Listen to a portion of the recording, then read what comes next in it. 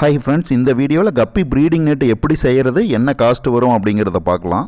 நான் புதுசாக செட் பண்ண பிளாஸ்டிக் டப்பில் செட் பண்ணுறதுக்கு தான் ப்ரீடிங் நெட் ரெடி பண்ணுறேன். அதனால் நம்ம ரவுண்ட் டைப்லேயே ப்ரீடிங் நெட் ரெடி பண்ணலாம்.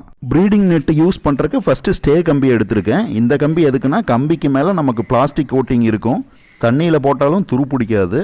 பிளாஸ்டிக் டப்புக்கு தகுந்த மாதிரி அளவெடுத்து ரவுண்ட் டைப்பில் கம்பியை ரெடி பண்ணிக்கிட்டேன். ரெண்டாவதாக கப்பி குட்டிகள் ஃப்ரீயாக உள்ளே போயிட்டு வர மாதிரி ஓட்டைகள் இருக்கிற மாதிரி பிளாஸ்டிக் நெட்டு வாங்கிக்கிட்டேன்.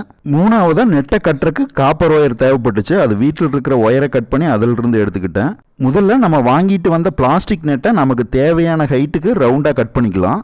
ஆல்ரெடி ரவுண்டாக ரெடி பண்ணி வச்சிருக்கிற ஸ்டே கம்பியில் இப்போ கட் பண்ண பிளாஸ்டிக் நெட்டை ரவுண்டாக வச்சு ஒரு தளவுல இருந்து நம்ம காப்பர் கம்பியை வச்சு கட்டிடலாம். பிளாஸ்டிக் நெட்டு ரெண்டு எஜ்ஜையும் ஜாயின் பண்ணுற இடத்துலையும் காப்பர் கம்பியை வச்சு கட்டிட்டேன். பிளாஸ்டிக் டப்பு ஹைட்டுக்கே நான் ப்ரீடிங் நெட்டு செய்கிறதால நமக்கு பாட்டத்தில் நெட்டு தேவையில்லை.